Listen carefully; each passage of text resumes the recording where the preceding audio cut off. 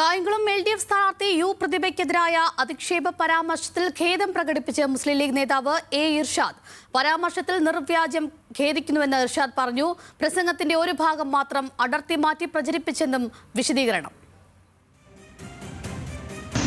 കഴിഞ്ഞ 4.5 വർഷക്കാലം കഴിഞ്ഞ 45 വർഷക്കാലം 4.5 പതിറ്റാണ്ട് കാലം ഞാൻ പൊതുജീവിതത്തിൽ നിൽക്കുന്ന ഒരാളാണ്.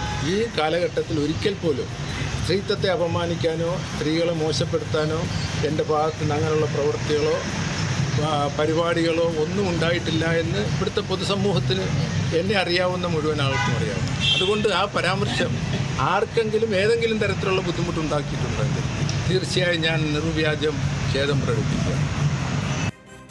ഇർഷാദിന്റെ സ്ത്രീവിരുദ്ധ പരാമർശത്തിനെതിരെ നിയമ നടപടിക്ക് ഒരുങ്ങുകയാണ് യു പ്രതിഭ. വിവരങ്ങളുമായി അമൽ സുരേന്ദ്രനാണ് ചെന്ന്. അമൽ, ഈ തിരഞ്ഞെടുപ്പ് അടുക്കുമ്പോൾ ഈ പ്രത്യാരോപണങ്ങളൊക്കെ ഉണ്ടാവുന്നത് തികച്ചും സ്വാഭാവികമാണ്. പക്ഷേ ഇവിടെ ഇർഷാദ് നടത്തിയത് തികച്ചും സ്ത്രീവിരുദ്ധതയാണ്. ഇപ്പോൾ യു പ്രതിഭ നടപടിക്കൊരുങ്ങിയ സാഹചര്യത്തിലാണല്ലോ ഈ ഒരു മാപ്പ് പറച്ചിലുമായിട്ട് ഇർഷാദ് രംഗത്ത് വരുന്നത്. എന്തൊക്കെയാണ് വിശദീകരണം നൽകുന്നത് അദ്ദേഹം?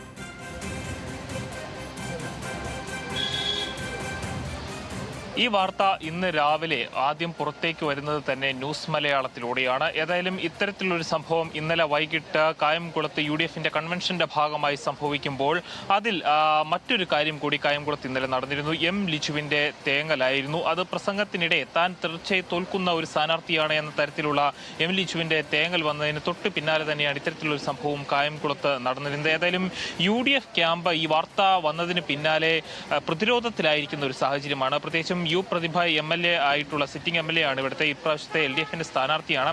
അങ്ങനെ ആയിരിക്കുന്ന യു പ്രതിഭയ്ക്കെതിരെയായിരുന്നു അങ്ങേയറ്റം അധിക്ഷേപകരമായിട്ടുള്ള ദേഹനിന്ദാപരമായിട്ടുള്ള ലൈംഗിക ചുവയോട് കൂടിയിട്ടുള്ള ഒരു അധിക്ഷേപം ഇന്നലെ UDFന്റെ കൺവെൻഷനിൽ വെച്ച് തന്നെ UDF മണ്ഡലം കൺവീനർ തന്നെ ഇത്തരത്തിൽ അധിക്ഷേപകരമായ ഒരു കാര്യം പറയുന്ന ഒരു സ്ഥിതി ഉണ്ടായത്. അദ്ദേഹം മുസ്ലിം ലീഗിന്റെ നേതാവ് കൂടിയാണ് A. ഇർഷാദ്.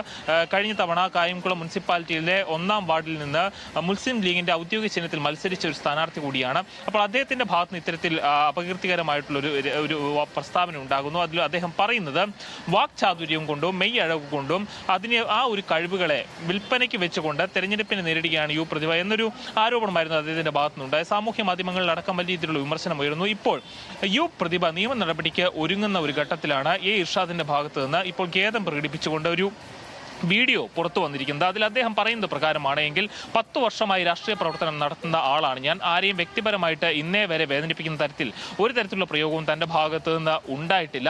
തൻ്റെ പ്രസംഗം മുഴുവനായി കേട്ട ആർക്കും താൻ ഇത്തരത്തിലുള്ളൊരു കമന്റ് നടത്തുമെന്ന് പറയാൻ സാധിക്കില്ല.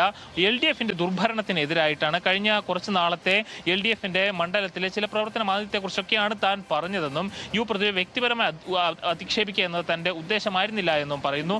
ആരുടെയെങ്കിലും മനസ്സിന് വിഷമം തട്ടിയിട്ടുണ്ടെങ്കിൽ താൻ നിർവ്യാജമായി ഖേദം പ്രകടിപ്പിക്കുന്നുവെന്നും A. ഇർഷാദ് പറഞ്ഞിരിക്കുന്നു. ഏതായാലും കായംകുളം മണ്ഡലത്തെ സംബന്ധിച്ചിടത്തോളം M. ലിജു വലിയ രീതിയിലുള്ള പ്രവർത്തനം പ്രചരണം നടത്തി വരുമ്പോൾ മണ്ഡലത്തിന്റെ ഒരു പൊതുവികാരം ലിജുവിനെ അനുകൂലമാക്കാനുള്ള ശ്രമങ്ങളൊക്കെ നടത്തി വരുമ്പോഴാണ് അപ്രതീക്ഷിതമായിട്ടുള്ള ഈ ഒരു തിരിച്ചടി UDF പാളയത്തിൽ നിന്ന് തന്നെ M. ലിജുവിന് നേരിടേണ്ടി വന്നിരിക്കുന്നത്. ഏതായാലും അല്പസമയത്തിനുള്ളിൽ തന്നെ കായംകുളത്തെ LDF സഖ്യകക്ഷികൾ അടക്കമുള്ളവർ ചേർന്നുകൊണ്ട് യു പ്രതിഭയുമായി ബന്ധപ്പെട്ട മാധ്യമങ്ങളെ കാണുമെന്നാണ് അറിയിച്ചിട്ടുള്ളത്. നമ്മളെല്ലാവരും ആ കൂടിക്കാഴ്ചയ്ക്ക് വേണ്ടിയിട്ട് ഇവിടെ ഒരുങ്ങിയിരിക്കുകയാണ്.